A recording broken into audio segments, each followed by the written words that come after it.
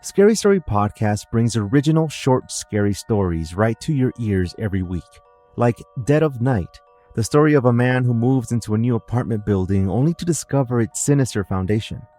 Or another recent one, Sessions, where the classic tale of an imaginary friend turns even darker. You can join us by searching for Scary Story Podcast on your app right now. It's a show by Scary FM. I'll see you over there on Scary Story Podcast.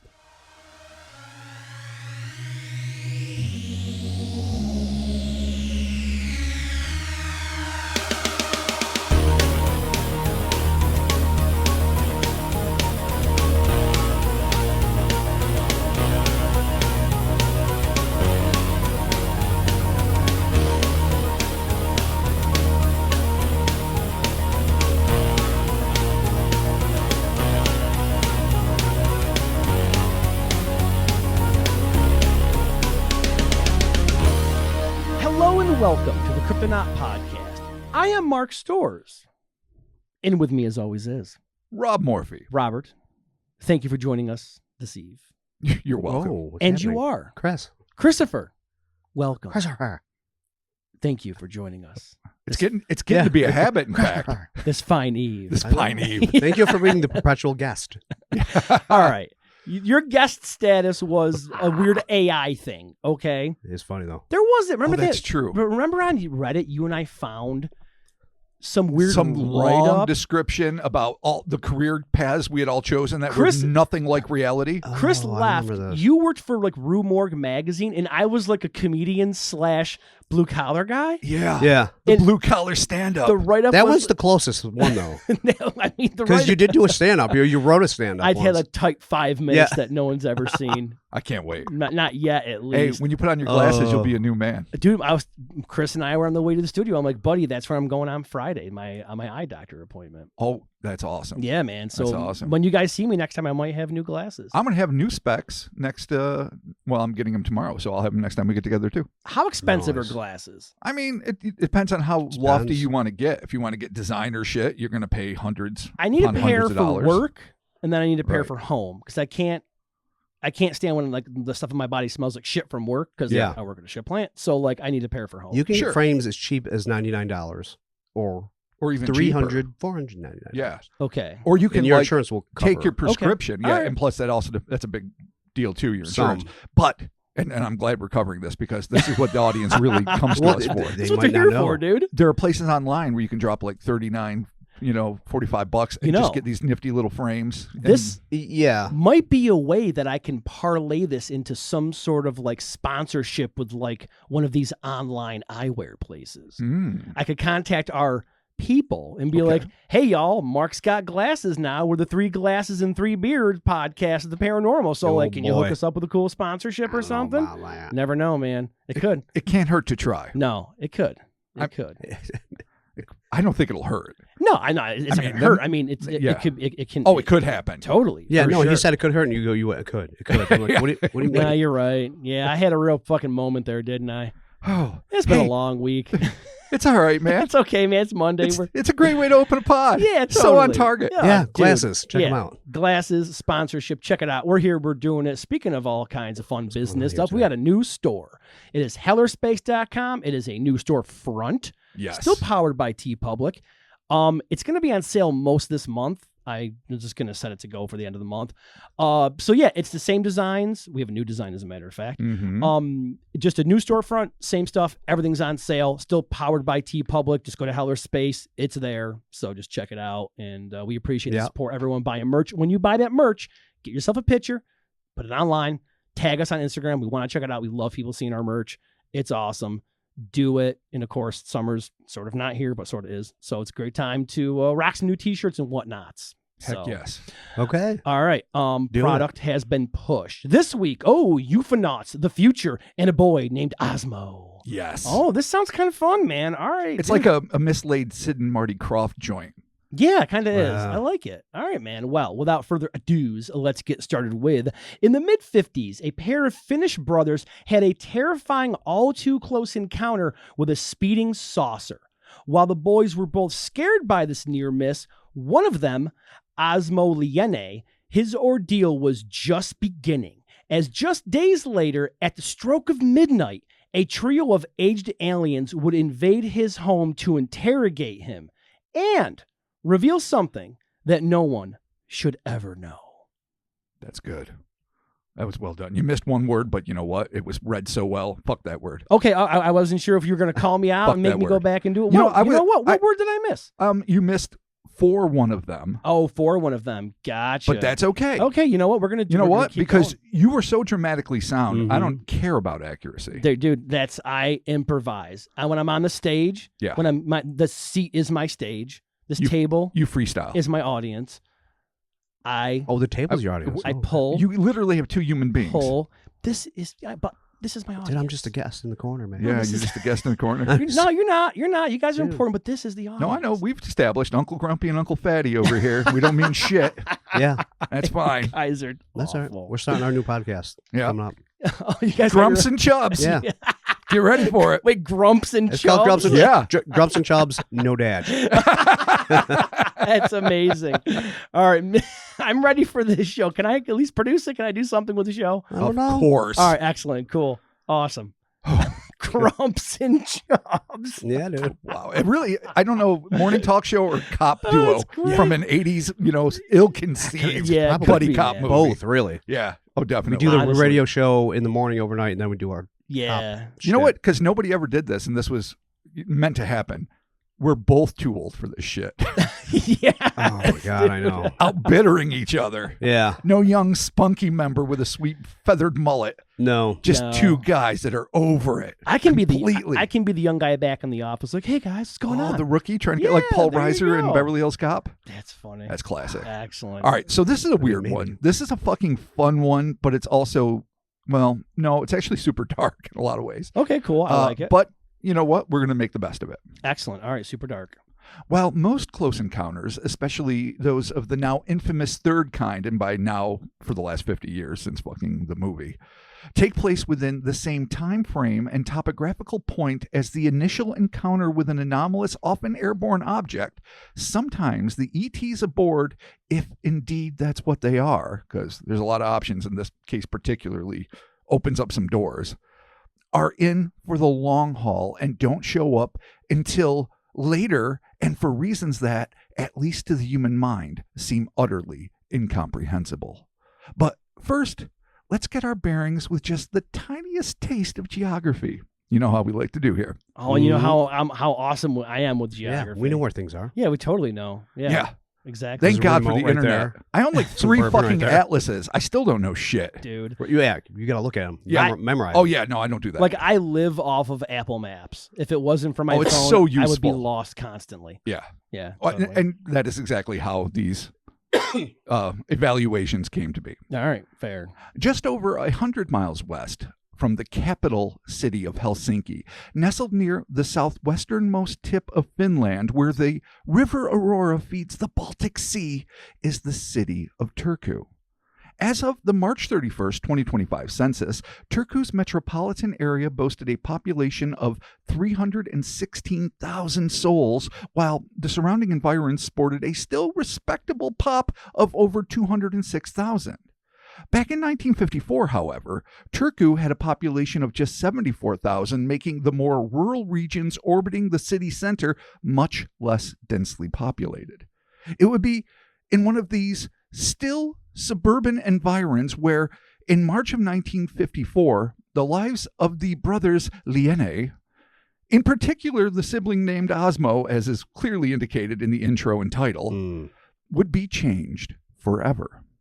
I first stumbled across this bizarre and frankly traumatizing incident in, where else?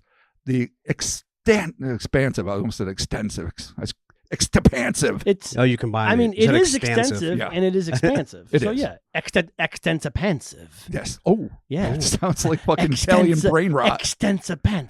Ah. files of Albert Part of Rosales' your magic show. humanoid catalogs. Oh, our cosmic librarian, Mr. Albert Rosales. Always just the go-to. God, he's the best, first man. go-to. If you follow him Boom. if you join his Facebook group, he It's amazing. posts. He directly posts stuff daily. It's Dude, the it's up only there all the reason to time. be on Every day I get Facebook, some new really. shit. Yeah, dude, he's so good, dude. Yeah, he's fan-fucking-tastic. He's holding Facebook together for me. Quite honestly. No, I agree. Him and Max Vance are both holding Facebook together. Yeah, for that's me. true, Those too. are my two guys right there. Absolutely. But we're going to begin with a different source, the UFO subreddit, and a post made back in September of 2024.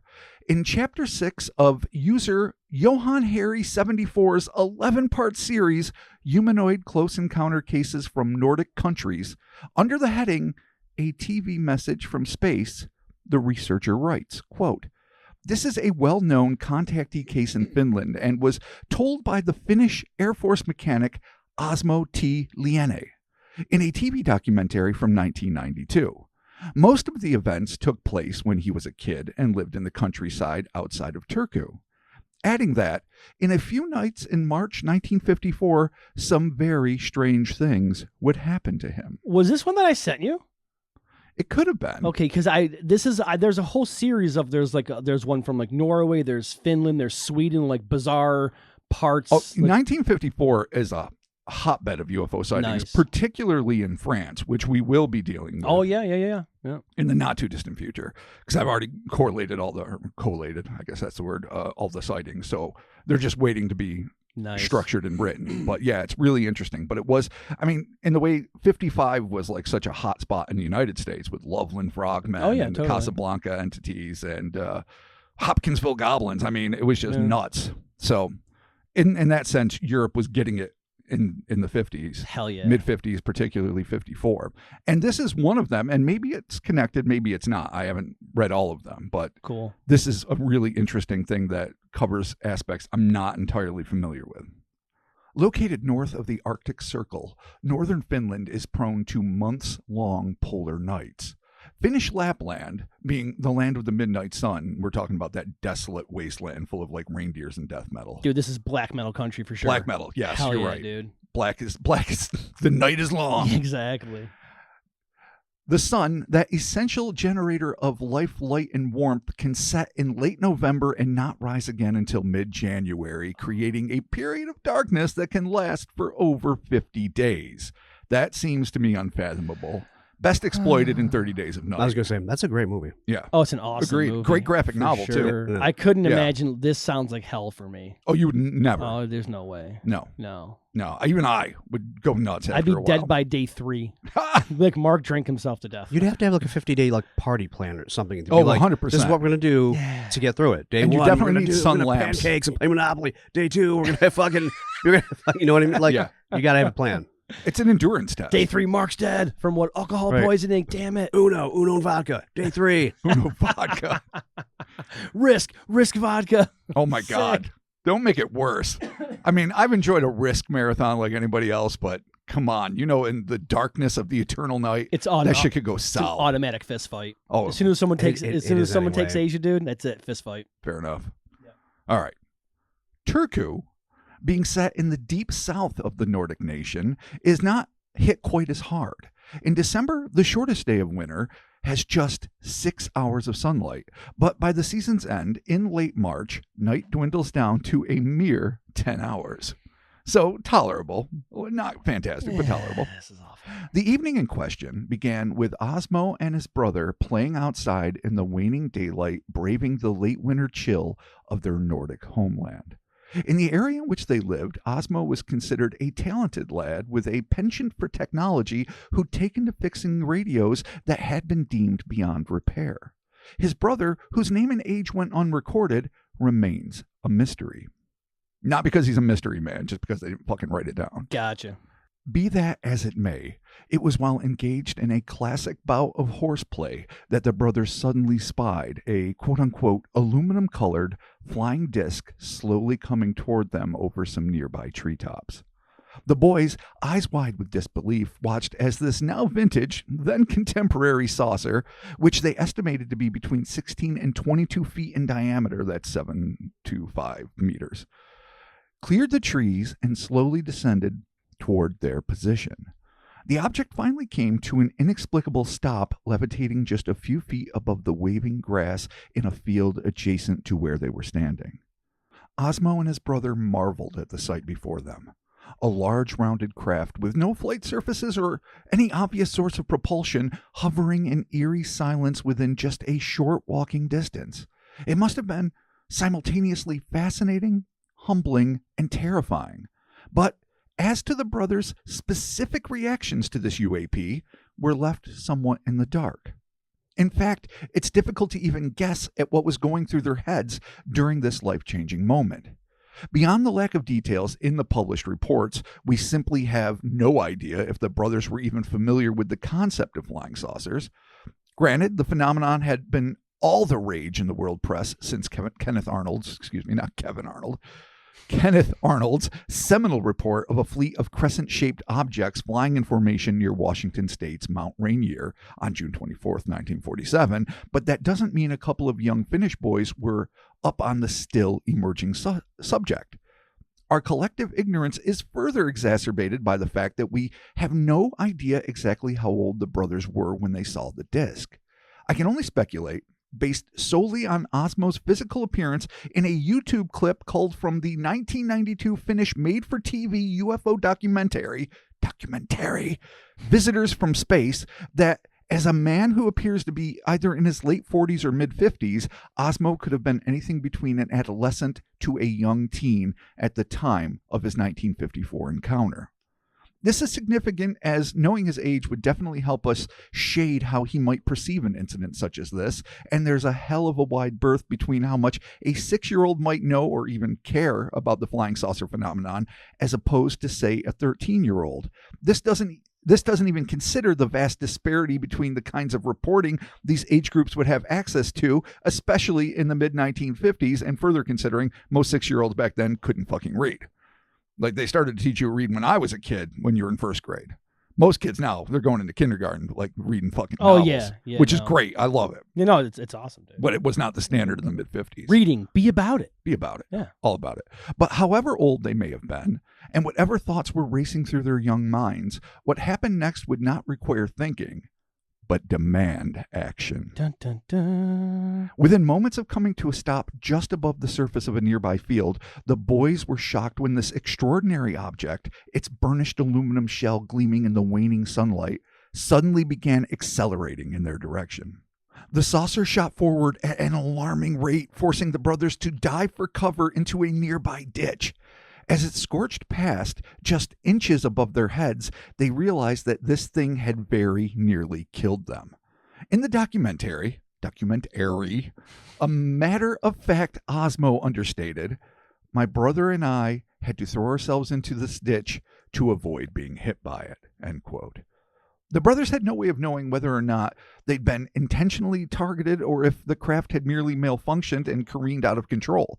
But whether or not the incident was inadvertent or malicious, the terrified kids could only climb to their feet and watch in stupefied horror as the object pulled back up and disappeared over the horizon.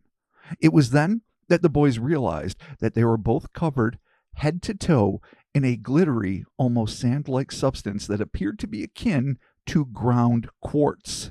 Interesting. You're the quartz guy. I am the quartz. I'm the king of quartz. Yeah, well, yes. Mark Storr's king of quartz. But also, options, picky. Pixie dust, perhaps? Or tracking device? Oh, little tiny tracking devices. Well, what's the difference of sub? Hyper? Nano? Yeah, like you can see them, but they're still tiny. Right. Yeah. It's not quite nano, but it's not quite. So it's not big. They like literally got crop dusted with sparkly shit from a UFO. 100%. Okay. Yeah. You might want to get that off your skin. I don't know. Don't breathe it in. I mean, other people have talked about more recently, I suppose, with UAP victims, but even a long time ago, like people that get exposed to detritus of a flying saucer get very sick. Yeah, man. Like there's the nuclear fallout that in the Texas case with those two women that basically gave them both cancer. Yeah, that's right. Yeah. The Crash Landrum, I think it is, case. And then, then there's the guy, I forget his name, but in Canada who got blasted with all those air holes and burned his chest. Travis Walton?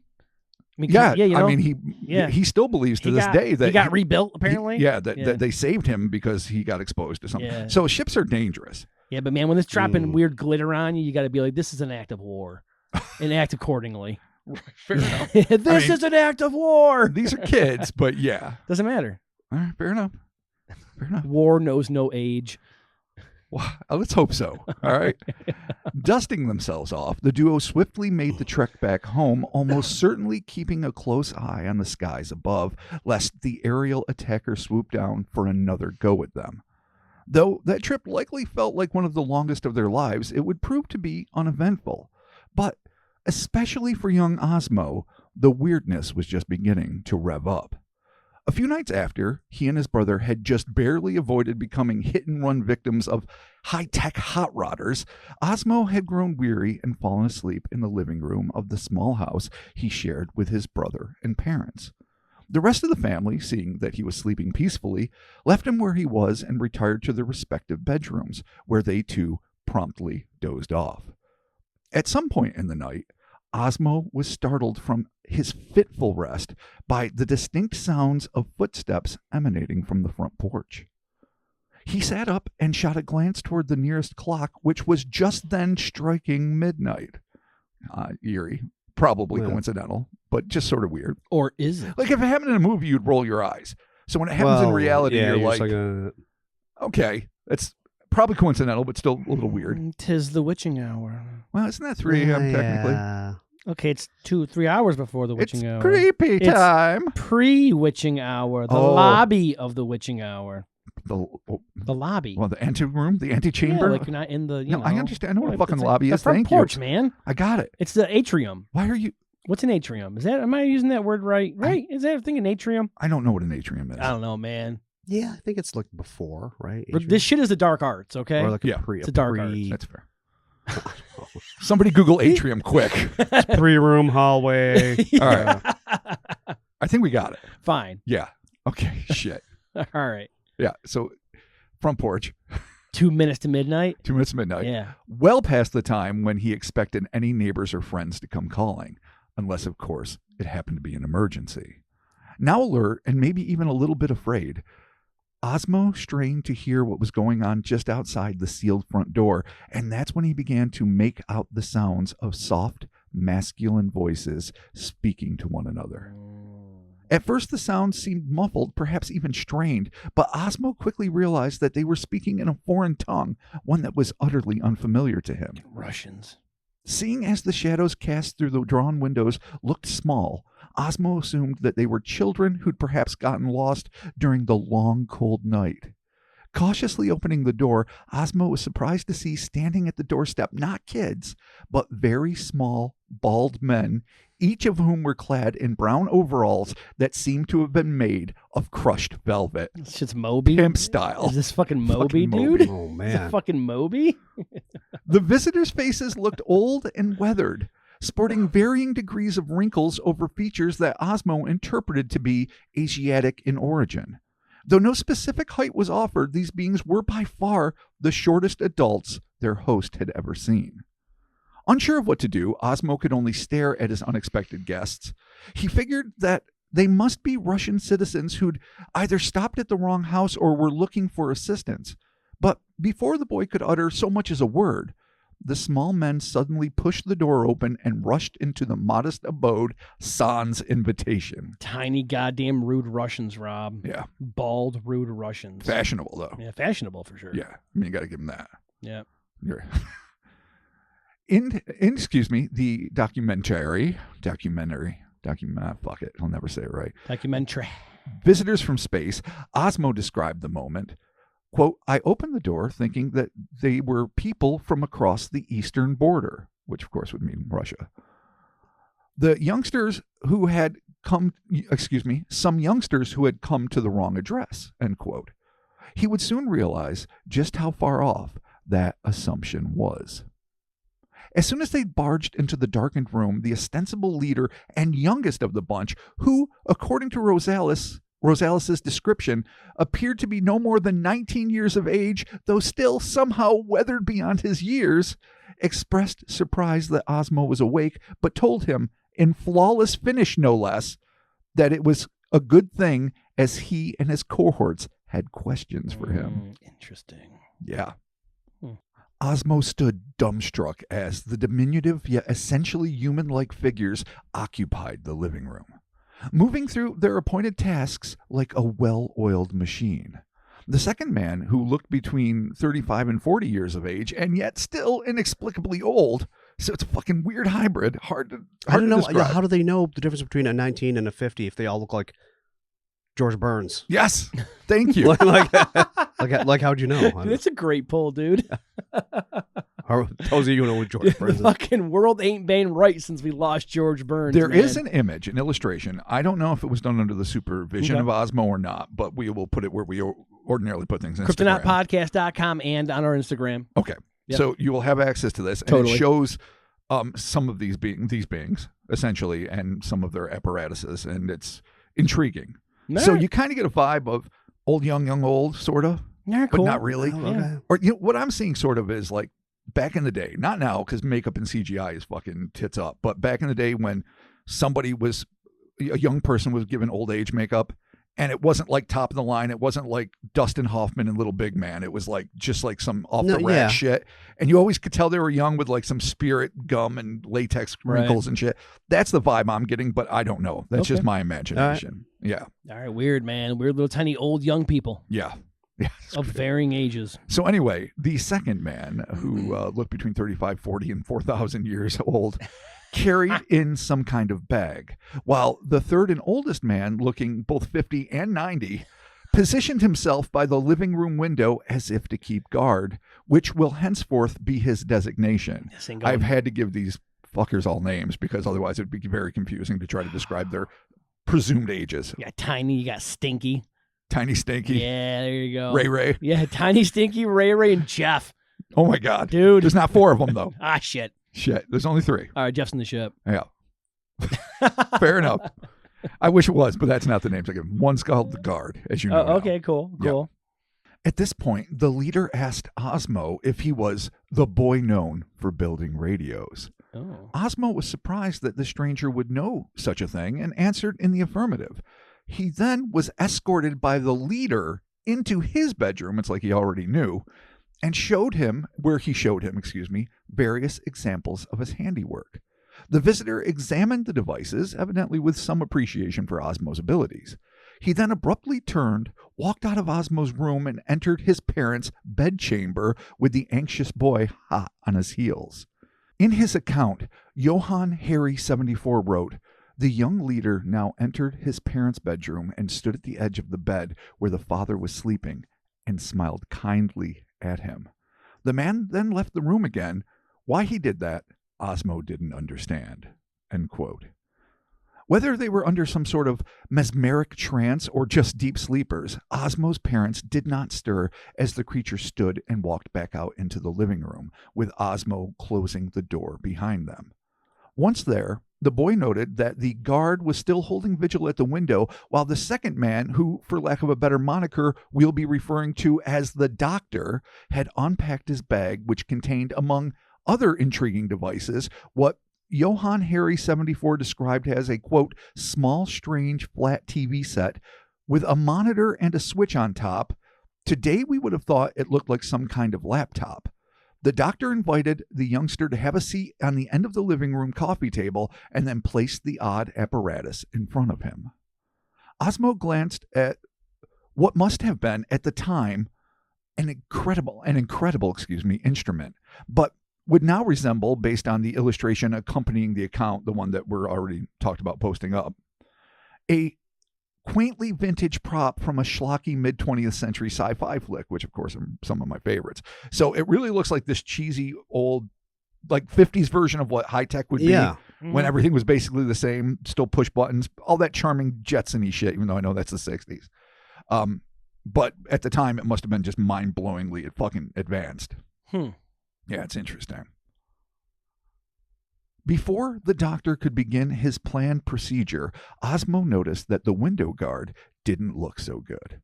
His features suddenly looked sickly, his breathing strained as beads of sweat started to roll off his hairless head and down onto his face. Osmo asked the man if he needed a drink of water, but the guard declined, explaining that the air they were breathing here was strange and that it would soon pass. Oh, boy. Osmo then got up and attempted to turn on a light, but was quickly admonished by the men surrounding not to touch it. Were these beings sensitive to what Earthlings might consider to be a small amount of illumination, or might the light somehow adversely affect the device sitting on the coffee table? Osmo had no way of knowing, and being a child of the 50s, used to obediently following adult orders, he didn't ask. But as the leader spoke to him, Osmo suddenly realized that he could only understand what his uninvited guests were saying when he was looking directly at them. But according to Johann 74, he noticed that, quote, if he turned his head to the side, only a murmur could be heard from the men's mouths.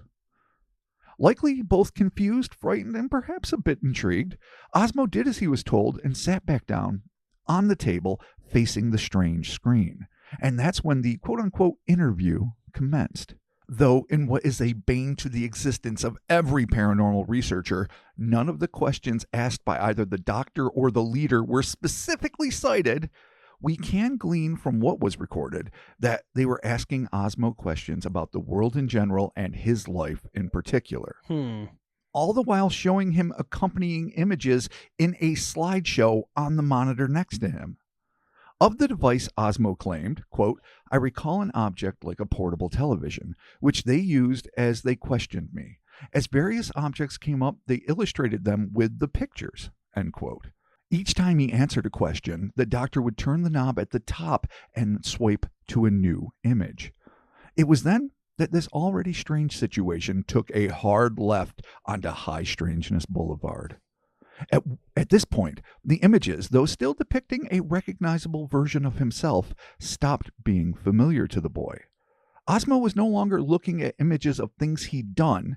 He was now looking at himself engaged in activities he'd never seen before. And weirder still, as the nonstop barrage of questions and images continued to play out before him, Osmo realized that he was watching himself get older. Oh, dude, the fucking slideshow of life. God damn it. The whole shebang. I don't want to see that. No, it's awful. Fuck man. no. This is like the worst I don't want to Microsoft presentation ever. Anything beyond anything. I don't want to see anything in my future. No. If I had a more clear recollection of my past, that would be fun. Yeah, perhaps a little that. haunting, but it would be great. But I don't want to know a fucking thing. No, man, don't show me 2 years from now doing some shit. No, because I ain't gonna want to do it.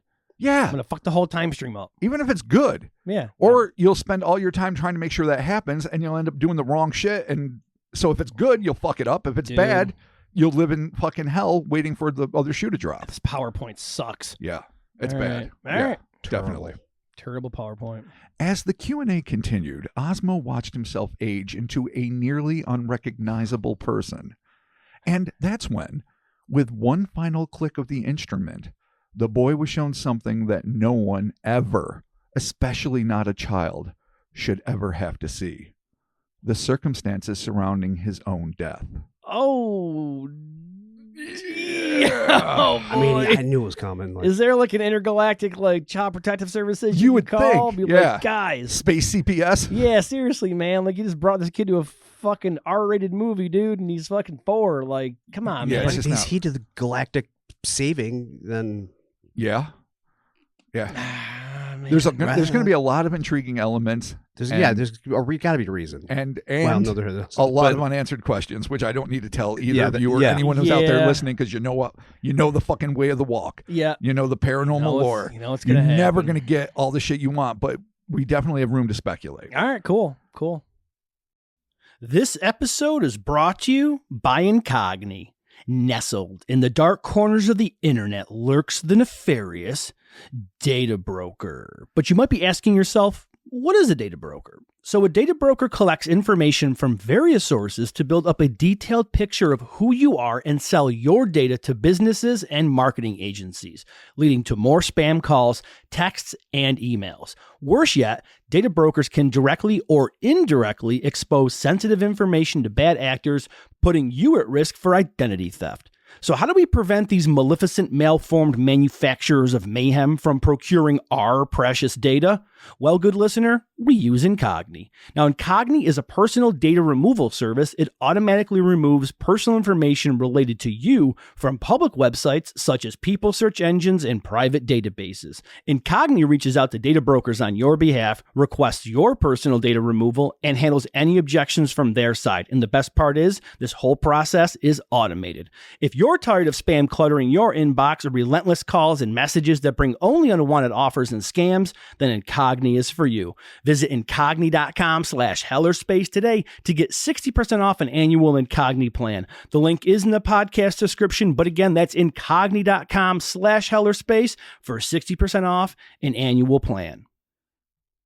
In his usual understated way, Osmo described this terrible moment, quote, "They showed me pictures of events in the future, and the things they told me have actually happened. Their last picture was not very pleasant. It showed an accident in which I would be the victim at some stage in my life." Oh, God, they showed him the car wreck. He's going to die. It's assumed car wreck.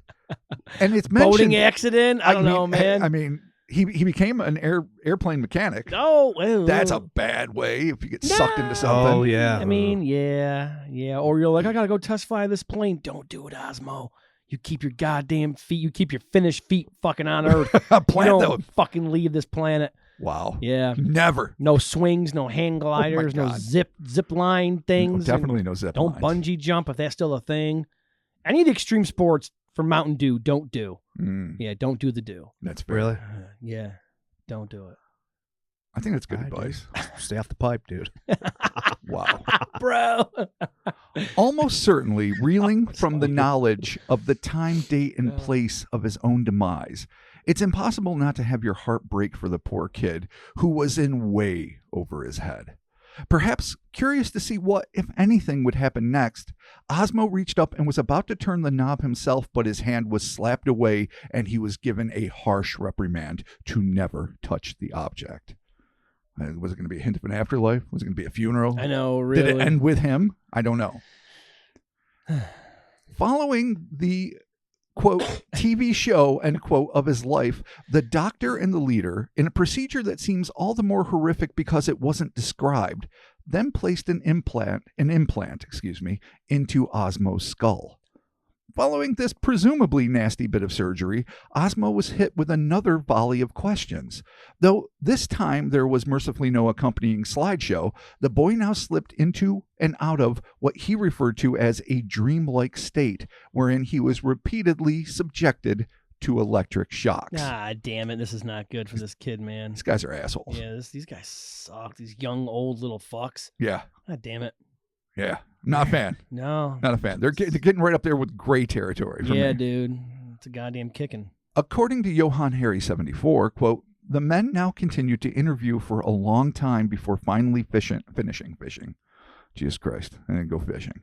But before they left, the strangers told Osmo that they came from a planet far away, which was in a dense, distant group of stars at the edge of our galaxy, and that Osmo had been chosen to be one of their contacts here on Earth, end quote. Osmo himself reflected that, "They told me that the galaxy from which they came appeared from the Earth as a cluster of stars." So, I don't know if we can see the edge. We're on the edge. So I guess if it's a nearby edge of the galaxy, I don't know. It seems like it's contradicting, but who the fuck knows? Yeah, man. I don't know, dude. Okay. It was then that, as swiftly as they'd swept into the house, without goodbyes, any fanfare, or even an apology for what they'd put him through, the three strangers silently slipped through the front door and vanished into the darkness of the long Finnish night. It's then that, impossible as it may seem, this already bleak and bizarre situation took a turn down an even darker avenue, as Johann Harry 74 claimed that, after this occasion, Osmo was contacted several times. But after a few visits, the strangers discovered several disturbing and dangerous traits in him, and they terminated his mission as a contactee. Oh. So what? What? Big fucking needle scratch there. Yeah, what did they see? What? I mean, is he the villain now? Yeah, seriously. Does he go like Ramirez on him? Like what? What happened, man? Yeah, I mean, what was his job going to be? What is I guess, dangerous and disturbing. And that's like a great souffle of horrible shit, because dangerous, okay, some people can be dangerous, but not necessarily be, madness filled and fucking cruel. Yeah, some people are like that, but not particularly dangerous. But when you combine these two elements, fuck. He's a kid too. Yeah. What is he doing? I don't know. Yeah. What was the mission? What was the mission to begin with? Yeah. Exactly. There you go. Yeah. Terminated his mission There it as is. what was that? No, I know. No. I know. We'll never know. We'll never know. And dangerous doesn't apply. That means just dangerous to them and what they wanted to do. Yes. So that's the Right. other thing. I'm Like- not saying that I think, like you were saying, the Richard Ramirez of the cosmos, but I am saying that even if it just didn't fit the agenda, like all of a sudden it's like they're portraying themselves as altruistic, and this guy who maybe was going to be one of their emissaries or prophets or who the fuck knows. I mean, who knows? I'm just speculating wildly here. No, yeah. Well, Just yes. couldn't do what they Right. wanted, but it doesn't mean he's doing wrong by Earth. Right. If they want to take over the Earth and he's like, no, he's got too much free will, then he's dangerous Yes. to their And objective. disturbing to their agenda. Yes, agreed. Okay. Absolutely. So it's fucked up. Yeah. Yeah, All right. that's all right. Well, That's weird. yeah, that's bizarre. Nevertheless, Johann continued, stating, Osmo still met the visitors sporadically throughout his life. At one point, when he got older and started working as an aircraft mechanic, he was even given a private flight demonstration of the aliens' saucer craft. The speed, Osmo claimed, he measured was Mach 35. I can't do the math, but I know we can't do that. No, dude, you can turn to human goo. I mean, Mach 1 is speed of sound, yes? I think. And that's a couple hundred miles. Usually per I would hour, have yes. Googled this, but I was in kind of a crunch, so. Mach 35 sounds ridiculous. Like, It it's does Mach sound ridiculous. 72. You're Well, like, all right. Yeah, I whatever. don't know. That's like 11,000 miles per hour or 12,000. That's right? right, dude. Like- yeah, it's if you're a human doing that, you're just goo. Your whole body just you're That makes sense to me. you're a pile of fucking human shit and detritus in that thing. Yeah, fair Yeah. enough. Yeah, this was just on Earth, though? Like, where was it? Yeah, we don't know. Like, That's no space. elaboration. Like, Never was he gonna- taken up into space? And then how do you measure speed when you're inside what is Yeah. considered to be a gravitational bubble? They Like, bring I them don't. into a field and they're like, check this shit out. And Hey, it's fucking you want to go tear 10,000 miles I'm an hour? off. Yeah. I'm assuming that he had to be on the ground measuring distances between fixed points. Otherwise, how could he even estimate speed? I think Yeah. at Mach 35, how you wouldn't be able to. Yeah, I have no clue. Unless it's a Unless pure, you let him have pure- a stopwatch and be like, all right, we're in New Yeah, York. and boom, Mach 35. LA. Yeah, I think we're overthinking this definitely. LA. Now, Mach 35 is just funny. Yeah. Yeah. No, Like, that- it's that's an funny. interesting delineation there for sure. I need to know how many miles per hour. Could you check that out while I'm reading? Oh, Sure. I could do the math, yeah. Let me see. Johann, who has evidently seen the entire Visitors from Space program, grimly added, in the TV documentary, there it is, Osmo Documentary. Leen, I won't say it. I bet, I'm in my own head, I'm yipping it up. Documentary. I'm just going to say it the way I always say Do it, it. with two fucking Just do T's. it. Just do it. Osmo Leen claims that everything the stranger showed him when he was a boy actually happened in his life, and he seemed worried that the ending might also be true. End quote. Now we're talking 26,854.42 miles per hour. Improbable speed. Yeah. So Double what I thought it was. Yeah. That's nuts. Yeah. Wow. Okay. Well. All right. Yep. Thank you, Google. Uh-huh. Thanks. And so it was, as in the prophecy. Though, in a way all too typical of paranormal accounts, it's confusing as shit and severely underdocumented. We'll let Johann Harry 74 pick it up here. Quote, unfortunately, Osmo T. Liene died a few years after the documentary in 1992. How he passed away is a bit of a mystery. Some say he died in a tragic car accident just like the aliens predicted. Others say he just disappeared and was never found, and they say he was actually abducted by the strangers to their home planet. And some say he drank himself to death and passed away completely undramatically at home on the sofa. In any case, it is a fascinating story, which we will never know if it is true or if it was just pure fiction. However, another event occurred that may have a connection to Osmo's case and corroborate it. End quote. That case, which Johann refers to, is one of the late great ufologist, diplomat, civil servant, and editor of the Flying Saucer Review, Gordon Creighton, stumbled on in a 1965 newspaper story about an encounter that allegedly took place in Santa Maria, Rio Grande do Sul, Brazil, and one that may seem familiar to Patreon supporters. So I'm pretty sure, correct me if I'm wrong, but I'm pretty sure we've covered this in one of our humanoid onslaughts. Yeah, and I'll let you know. I'm pretty good about. From here, we'll let the extraordinary Patrick Gross, who right up there with Albert Rosales. Oh, for ranks. sure, dude. Albert Rosales is the go-to guy for sheer volume of information, but when you need to get down to the nitty-gritty, you go to Patrick Gross. And the absolutely indispensable, as I write, ufology.com. It's both English and French. It's fucking an amazing resource. So we're going to go to Mr. Gross to tell the tale. Rubem, not Reuben, with an M, Rubem Hellwig, a rice planter of German origin, claimed that in March 1954 at 5 p.m., he was driving home when he noticed a strange object some 50 meters away. It was the size of a Volkswagen and shaped like a rugby football. A man of slim build and brownish complexion, about 5'2" tall, was sealed in it, and another outside was picking capon grass and handing it in to him.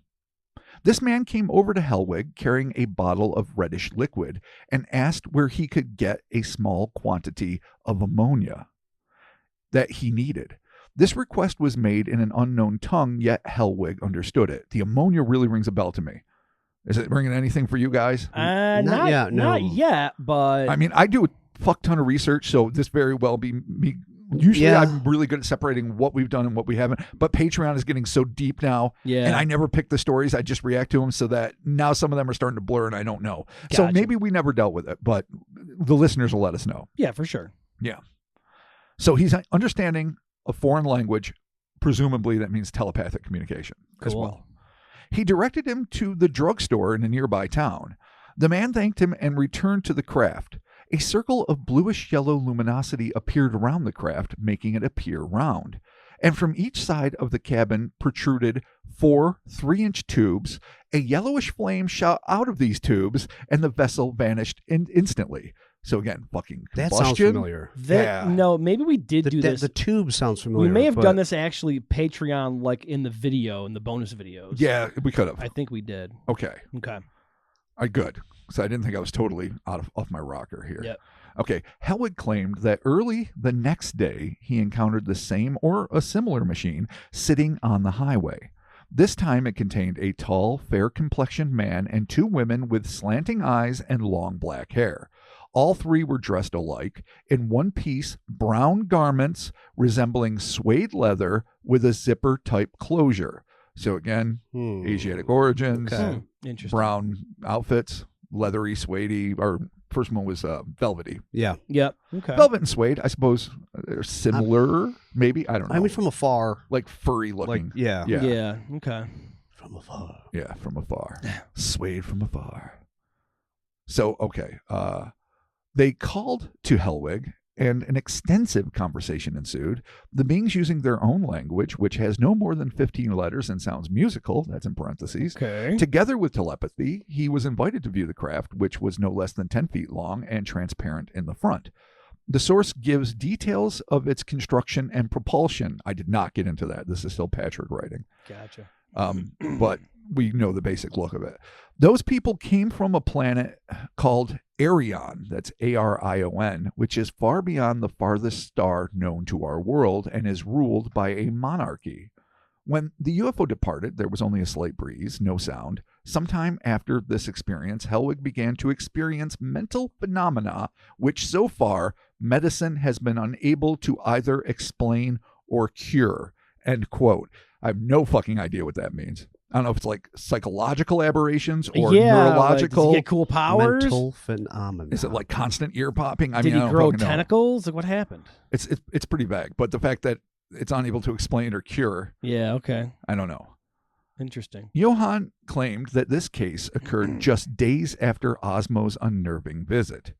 While there are few direct correlations between the experiences of Osmo Liene and Rubem Hellwig, save for the alleged aliens with vaguely Asiatic features, plush brown outfits, and, of course, the UFOs themselves, it's hard not to wonder if, for a few brief days in March of 1954, our humble blue orb didn't play host to an eccentric and some might say cruel group of strikingly human visitors whose origins and intentions remain infuriatingly unknown. And if Osmo truly is gone, and if his death was particularly unpleasant, then we can at least collectively hope that wherever his energy is now residing, it's a place beyond fear or sorrow or cosmic dickweeds who don't have the common decency to ask if you want spoilers for what is presumably going to be the worst day of your life. Ufonauts of the future and a boy named Osmo. Poor Oz. Why if they're talking about like you're going to be our emissary to Earth or whatever, I mean, weird as a kid. But, like, why make him sit through this PowerPoint? Like, what the hell is the... That's the thing. I don't know. Like, other aliens will show you, like, versions of Earth's environmentally catastrophic future. That's always the thing, yes. right? But you rarely see... I mean... The shit's melting. Right. Nukes, what the fuck? Yeah, polar always. bears are sad. Trees are crying. My God, everything's on fire. They're not wrong, by the way. No, they're not wrong. It's all legit. Help us. Because we're not going to do it, and the people in power certainly aren't going to stop making money. I mean, they've apparently tried to numerous times, and they've gotten it nowhere. I mean, aliens have? So, I mean, again, it seems to be a classic case of an ostensible extraterrestrial, though I'm not at all convinced that that's what they are, tormenting a child who has it well beyond their control to do anything about the issues that they're fucking telling them to contend with. Yeah. Now, they're not giving him, like the Ariel school kids, a whole agenda of shit that you better work on. You know, You 8 to fucking 12-year-olds better figure this shit out. And now that they're all like adults in their 30s or whatever, they're like, fucked if I know. Just know what happened, and I don't know what I was supposed to do or what. Yeah. And it's a terrible burden to put on children. This is a much more personal study, an expose of, all right, things you've done, and that's got to be kind of fascinating. Don't know what the specific questions are. That's infuriating, among many other things. Yeah. But here's something that also intrigues me. Why I'm not necessarily thinking it's aliens. And it's not just the pixie dust, as I called it, coming out of the quartz grains coming out of the UFO, though maybe it is. The way these creatures are described, these very human-like but diminutive creatures with what seems to be, especially when the world was a less integrated place, both in terms of travel and just in general integration, that they always seem to say are of, Asian origin.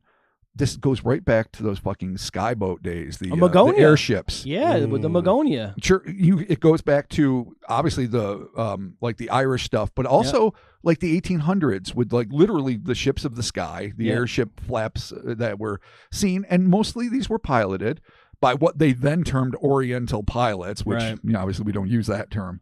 And so I'm like, are these, because again, going right back to Magonia, Jacques Vallée seemed to imply, could these be the fairies of yore, the fair folk, the people that are coming through from this netherworld that is a part of Earth but not of Earth, right? So that they are as much indigenous population as we are, but they use different kinds of technology, and they are advanced, and they are in fact magical, or as Arthur C. Clarke put it, anything that's sufficiently technologically advanced would appear to be magic to the uninitiated. I'm paraphrasing. True.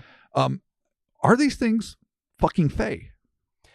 I mean, they do kind of fit the description of it. Well, I mean, it's always.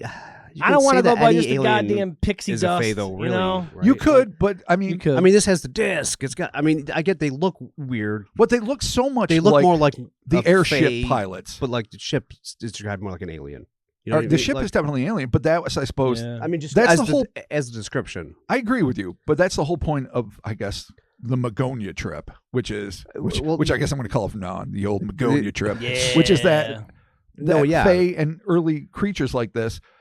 Some people take it as, oh, they were always aliens, but human beings didn't have the context to explain that. And then some people take the flip side, which is, right. Oh, they've always been fairies, but now because we are a spacefaring race, limited though that may be, we interpret them as aliens. That's right. There's no. But it could just be another sentient species, older than the human race, presumably, at least based on all the lore, that have developed an alternate form of technology that seems akin to magic to us, but does not necessarily seem to be, though you can't take extraplanetary ET off the fucking board any more than we could take diabetes or the devil.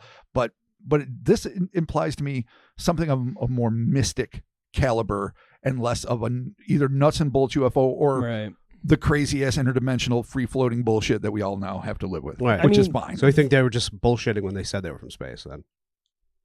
I mean, because they did say that they're like, oh, you can see our planet's a cluster of stars from Earth from a different galaxy, which they could very well. This could entirely be a bullshit on this kid. Well, I mean, yeah. I mean, fucking completely. Ufonauts are fucking liars. Yeah, if there's nothing that we over and over out again, is that they are liars. But you're right; they do specifically claim to be extraterrestrial.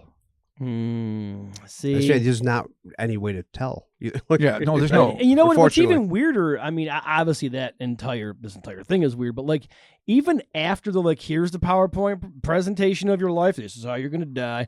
They put the skull implant in him, and then they maintain contact until he's a friggin' Air Force mechanic, and then at some point. Before all that, they were like, "Nope, you're too much of a wild card, Osmo. We can't have you. Dangerous. You're dangerous on the streets. But we're not going to leave you totally. We're going to let you hang out and let you figure out we're going Mach 35 in this ship. Like this is all. I almost see them getting like the classic '80s captain speech. Yeah, you're a lone gun. Yeah, you're a good cop, but you're a bad man. You can't be controlled, Osmo. The whole thing doesn't. Why show them everything? If you didn't know. If you know the future, and then you know it'd be dangerous, and then you have to. Yeah, that's interesting. Why would you can show when he dies, and then you get the implant, and then later, before he becomes a mechanic, you're like, you're too much, but then you still maintain contact. Yeah. Like, what is the point of that? So maybe the point was to show him all these things so he could avoid, maybe change his destiny, take different steps, so he would not become what is in their estimation disturbed and dangerous. And perhaps he did not take that route. And maybe it was still surveillance because if, according to their criteria, he poses a threat to them, of course you want to keep tabs. Yeah, no, true. But I mean, why give him why? Oh, here's the ship. It's flying. Like they're giving him too many ins for something that they're like, you can't be a part of this because you're a man that walks a road that a road is longer than a man. Like you got some weird thing happening. It is an undeniable dick move. Yeah, 100%. There's no way around that. Yeah, it doesn't make sense. It always just blows my mind, and this is not uncommon that when the aliens come down, they just talk to people that are in no way, shape, or form, whether it's like Ariel School or any number of the people Sam that have been, Odyssey contacted, where they're like. They have no way of enacting anything that these aliens want or do. Like, there's no, you don't go to a mayor, you don't go to like a local townsperson. Could you imagine? You don't go to like a city senator. council meeting. Yeah, go to just show them, this is what we want. Like, you just go to the people that have no power or influence in anything. The funny thing is, I mean, if they really wanted to get shit done, of course, you could go to any of the world leaders, abduct them, indoctrinate them, brainwash them if you want, or at least make a very compelling argument as to why environmental rules should be enacted, why nuclear, weapons need to be banned. Show them you could the do this shit. PowerPoint, Yeah, you could do this. They don't, and I think that's what leads so many people, like John Keel, like Brad Steger, so many others down the path of they are cosmic tricksters, they are jokers, they exist to fuck with humanity, they do not have an ounce of honesty in them, they're not really trying to change things. They're like rubbing our nose in negative stuff and laughing at our inability to do anything about it. These NHI are a bunch of fucking dickheads. They seem to be. That's what it is. I mean, even the ones that seem to want to help, they're always doing it. Like, you're not helping a kid by showing them the end of the world. You're not. No, not at all. I mean, sometimes they help people a little, like they cure a broken leg and like a French doctor, or, they cured that one guy of fucking crashing in a plane, the metal asparagus, but then the contact gave him cancer, like a week fucking later. Like, shit, sorry for the tumors, but you didn't die a fiery death in a plane. Like, so much better. Enjoy hospce. Like, yeah, that sucks, man. I got to say goodbye to his family at least. Yeah, but still, I mean, I feel bad for Oslo, man. I mean, a kid getting that dumped on him, like, and think about Osmo. Yeah, think about living with that though. Like, that all your fucks life. You up, like, as a dude. kid, you're like, whatever. And then as things start happening that you saw, you're like, oh shit. oh shit. But it's never like, if they just cut it off and things that he did in life he saw, I'd be like, wow, man, these aliens really know a lot about me. Because they take it all the way to his fucking death, he is always and looking in the mirror going, is this what I looked like?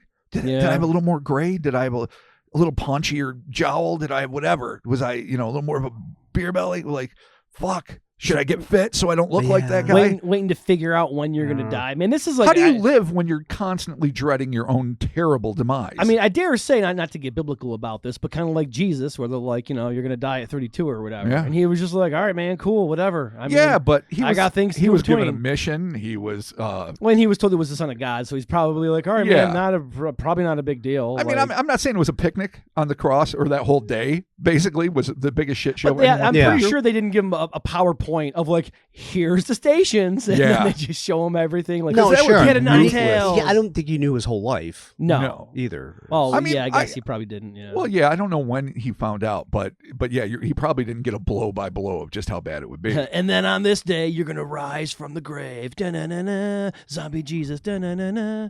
But he also knew, come from the grave, or truly believed that he was the Son of God. Ergo, at the end of it all, he had to know there would be redemption. Yeah. While in agony, he asked why his father had forsaken him. He still knew that. Osmo gets none of these fucking perks. Dude, Osmo gets told, you're too dangerous. You're a wild card. You can't be a part of this. Here's our ship. Good luck dying on the couch from booze. Yeah. Like, Osmo got the shit end of the stick on this thing, dude. Every single way. God damn it. Told you it was dark. I started off saying this is fun. It's not really fun. It's because... Imagine fun, but nah. Well, it depends really how... It's intriguing. It is intriguing. It's a fun as a mind puzzle. It's terrible as a reality. But obviously, like most things that we cover, this could be a complete hoax. Do they not have obituaries in Finland? I checked. I did not find any. Really? No. Especially for a guy like this. Documentary was like gangbusters in Finland when it came out in '92. People loved it. It made a big mark. It's in English. Interesting. So it should be watchable. In fact, the clip I saw, the very short clip, like 2 minutes and 45 seconds, just has Osmo talking about, like, wherever I got the quotes from him. That's where this came from. Right. And he's subtitled. The rest is in English. I don't know, like they had a bunch of VHS covers, so it definitely was distributed on VHS. I don't know where it's available now or if it's available. And if it made that much of a splash, people clearly knew him. So it's not like he's not known. So, famed, UFO contactee dies, especially if he died like right after the documentary came out. Yeah, it's like crazy. I mean, 92 is not like there's no, it's I know. Yeah. We're past the printing press and fucking the Industrial Revolution. Yeah, the goddamn Gutenberg press. Yeah. There wasn't even internet at that time. There was internet. There was rudimentary internet. Yes, there was a 12 baud modem. I think it was 8. It probably was 8. I don't even was Netscape even around yet? It probably wasn't. Dude, Netscape Navigator Gold, dog. Be about it. Well, you know what, man? It sucks for Osmo, and yeah, I don't know, man. That's just a bummer of a trip. But hopefully he didn't make the best of it. There's nothing to make the best of. They show you how you're gonna die, and then that's it. He's just asshole aliens do asshole shit. Amazingly placid. If this is true, and he wasn't making shit up, like he was amazingly like, hey, show me things. Rather unpleasant. Hope that's not gonna happen. Just like he wasn't. I mean, and he got a job. He repaired airplanes. Even as he saw, like, I mean, I would spend as much time with my loved ones as I could if I knew I was going to die by a certain age-ish, even if I didn't know exactly when. And I would spend a lot of time drunk and hanging out. I'd probably do this because I enjoy doing this, but I mean, why would he go to a shitbag job? Just fucking do whatever the fuck you want. You kind of gotta live though. Not to say building an airplane is a shitty job. But I mean, if he had I dare say it's probably a pretty fucking dope Probably job. a great job. I mean, it's way better to see being an airplane mechanic as opposed to being a ship pump mechanic, which is sort of my title. Yeah, that's a way better gig, dude. Oh, sure. Way and better. He might well have had a family to support. That was never explored. I mean, even if someone was like, Mark, this is how you're going to die and when, I still have to maintain my life up to that point. Yeah, that's true. I was thinking as a bachelor, not as a family man. Yeah. So, I don't know, man. These aliens, it's just a super dick move, and it just seems that they kind of screwed with them. Obviously, this guy could be totally making this thing up and just going on a roll. Let's hope. Getting his... I mean, the best case is that he totally made this up, and that it turned into a tale that he told, and he got to appear in a documentary. Yep. Oh, I did it. You like that? I appreciate it. Documentary. Solidarity. and yeah, maybe he just took the piss out of everybody with that. And I mean, God, if not, that's just a cruel thing. But they could be that you don't even know if they could have, that whole thing could have been true except for the part, the dying part. That could have been the bullshit. That could have been like, well, here's your life, but you're going to die, hoping that he'd do something would change to avoid that, to do the mission, but then didn't. So that's why they contacted him and said, no, you're not doing the mission, so you're because he didn't change. Yeah. Oh, there you go. Maybe they were saving him. Like, Kobayashi Maru? Yes, no? No. No, that's it's the unwinnable. Yeah, this is the unwinnable. Well, yes, but in the sense of what Chris was just saying, maybe putting him off a direction that will lead to his terrible demise. Can we call this a Holdo maneuver? Holdo. Remember when she sent the cruiser. I don't know why I said hyperspace. It's not really that. Well, then again, he was going Mach 35. So.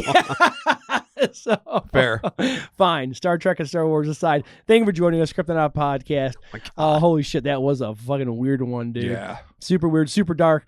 Yeah, man, thank you to everyone showing up every week listening to this show, whether it's dark or not. We appreciate it. And the $10 tier, actually, if you want to watch us do this podcast. Oh, the thrill. If you want to... The unmitigated joy. If you want to see me sip on my Gatorlights and then just tuck my Zins as tight as I can to my upper lip so they don't fall out mid-pod, you can do that at patreon.com/Cryptonaut Podcast. You can also get some bonus audios and all kinds of fun stuff, access to the Discord. And right now, Robert, we're going to thank some folks that in fact support us over there at patreon.com/Cryptonaut Podcast. The best. Literally all the best. Yes. Curtis Berry Jr. Hell yeah, Curtis. Thank you so much. Parker Stats. Hell yeah, Parker. We appreciate it. Francis Wolowski. Hell yeah, Francis. Love it. Jade Pasquale. What up, Jade? Maybe Pasquale. What do you guys think? Could be. It could be either or. Pasquale. Jade Pasquale. I'm going to go with that. If I said it wrong, let us know. Rick. Did not fuck that one up. Rick. Thank you, Rick. You can't save him, Rick. Oh, well, wow. Yeah. Jason Cruz. Thank you, Jason. Dustin Divine. Hell yeah, Dustin. Philium. Thank you so much. Ashley, the Pop Trooper. What up? Actually, I follow Ashley on Instagram. Check her out, the Pop Trooper. Yeah, she's got some awesome Star Wars cosplay here as a Wookiee. It looks amazing. And I don't think she has a TK number that makes me think that she might be into like the 501st. But okay. But yeah, but no, regardless. Yeah, thank you, Ashley. Yeah, we appreciate that. Thank you so much, Check Ashley. her out on Instagram, and thank you for following me. And you have awesome content that I enjoy. There it is. Excellent. Yeah. Last, never least, Thomas Devaney. Hell yeah, Thomas. Nice. Thank you. Thank and you again, all. You can watch us. You can watch us on your TV or your phone or wherever you consume video. You can watch us do the podcast. So thrilling. You can see all the movement. You can see everything that we do. You are fun. The looks that are shot, the glances, the drinks that are taken, the weird hand gestures I make while I'm reading, the phones that are checked, and then the silencing that is done. Yes, and indeed. the emails that are disregarded, the timestamps that I managed to fuck up when I can't put them into my goddamn notes app. All par for course. So we got video content, we got audio content, we have so much bonus content happening. Again, that is patreon.com/Cryptonaut Podcast. We'll also get you access to our Discord server, which is super fun, super cool. Thank you to everyone over there who's chatting. You can ping me anytime, and people do. Whenever you want to just at me. I'm always there. I'm always talking, always hanging out. We have some merch, boys, at hellerspace.com. Our TeePublic storefront has been upgraded to a Deshery. It's the same thing as TeePublic, different storefront. The only thing is that we control the sales, and we're going to keep that store on sale probably all month long, just because it's brand new. So why not just keep the sales going there? Sure. All kinds of new merch, hats, all kinds of fun stuff happening. Oh, yeah. Good hats for summer. Good hats for summer. Y'all need a good hat for summer. We got the social medias, the Instas and the Twitters and the Facebooks and the TikToks and the shorts on YouTube, and all kinds of fun little tiny video content is all over the place. We're doing that. So like, comment, share. True. Do all kinds of things that you do on the... Shoot me DMs. Send me your reels. People send me reels all the time. It's awesome. So yeah, there's all that stuff. Follow us, like, comment, share. We appreciate the support showing up every week. And we're just heading towards 400, boys. It's 400 hard to believe is around the corner. Wow. So that's going to be happening. We're super excited for that. So there you have it, Robert. Excellent story, excellent research, good time. Thank you. Awesome as always. And we'll be talking with you soon. Fairly well. Here. Avoid negative PowerPoints. Yes, definitely. Yeah. Also, avoid the Noid. I mean, oh yeah, dude, the Noid. Yeah. Everyone forgets about the Noid. I don't. That weird little Domino's dude. One of my last favorite corporate characters. They should have. Yeah, I kept him. never. It's dumb, but he didn't I really just talk. enjoyed He's him. just like making like weird noises. He was claymation though back. He in the had a day. cool suit, man. That's I think what I made had it an charming. action figure of the Noid. Anything Really? that stop I action, think I it did. love. Yeah. Why would they get rid of him, man? That was such a cool thing. I agree. Chris doesn't. Yeah, he wasn't that cool. You didn't like the Noid? No. Who was your favorite corporate character like that? I don't know. The Quiznos. Oh, the weird hamburger thing? helper fucking glove. I did Oh, like that thing I did was like the creepy, glove. dude. Yeah, it was cool. That was weird. It was a I little did weird, but he like was the cute. glove. Yeah, who doesn't like the glove? How about the know. Pillsbury Doughboy? I had, That's yeah, another cute little fuck. I used to have. Ah, he was Pillsbury cool. Doughboy. Yeah, me too. A little rubber one. Yeah, Like a this was squeeze just like toy. 2 years ago. Oh, Oh, really? that's Okay, funny. cool. I miss corporate little characters like I do that. too. Yeah, they don't have that anymore. I mean, cereals. That's it. Yeah, they changed a lot of those too, though, right? Yeah. I mean, Not they, the major ones. they still put Right. out like Count Chocula and stuff like that, but like I think Totally the Tiger is still great. Like he's still doing his thing. Sure. Yeah. I mean, whatever. But like the Sugar Smacks is different now, right? is he? I Wasn't don't know. it? It was a bear, right? It was a bear for the longest think time. it's It's now a Nah, frog. I only remember Yeah, a frog. right. Really? No, there's totally a bear. Maybe right? it was a different cereal, but there was was a a frog. sugar something. Wasn't it not the No, bear? he was a laid back, like hippie He was just talking like, bear. hey, yeah. Yeah, Am I man. imagining that? Hey guys, you want to smoke some dope and eat some cereal with It's your just bear like- I friend? mean, they knew who they were God. appealing to. Like he had half closed lids. Shit, it was Why do definitely I a not sugar remember something. this? Weird. Okay, cool. Sugar All right. Pops? No, that was a porcupine. I don't even Fuck, now I don't remember. even know. Damn. All right. I don't Well, even know. I'm falling down a well and I can't grab anything. old men falling down wells of old corporate characters. Yeah, are we Mandela-ing the Sugar Smacks? Yeah, I But think pretty we sure. may have. I don't missed- know. no, we There's might have definitely a missed bear this. fucking yeah. a hippie bear logo for something. I don't Yeah. remember what the hippie bear is, dude. Oh, you got to figure it out. I can't. need to do it. This is gonna go Wait, into I don't know if he Patreon. was really hippie There bear. there was he the, was a there fucking was bear. the thief and the fucking fucking right. Cookie Crisp bullshit yeah. and the dog. Oh yeah. I remember that. Yeah. Okay. Yeah. Applejack's never had anything, but the Quisp alien was dope as shit. Pre-Snorks, but Didn't looked Apple, like one. didn't Oh, yeah, I like Applejacks the alien, have a too. thing? What'd you say? I thought Applejack. They had those like little scrawled children, stick figure kids. No, They yeah. weren't it's really the animated. totally high bear. That's exactly what I pictured him with the blue shirt. Yeah, Really? like the turtleneck sweater, right? Damn. All right, I don't even remember. This is a whole different. Oh, universe for me. sugar golden crisp? Oh, Sugar, okay. Well, see, that's why we were confusing our fucking Damn. sugars. Maybe. All right. Golden crisp. Shit. But that looks like the honey. What? These different cereals? Dude. All right, well, there it is. Yeah, that's it. We're going to bring this Post over to Patreon, Sugar possibly. Crisp. Never know. We'll be talking to you. Peace. Bye.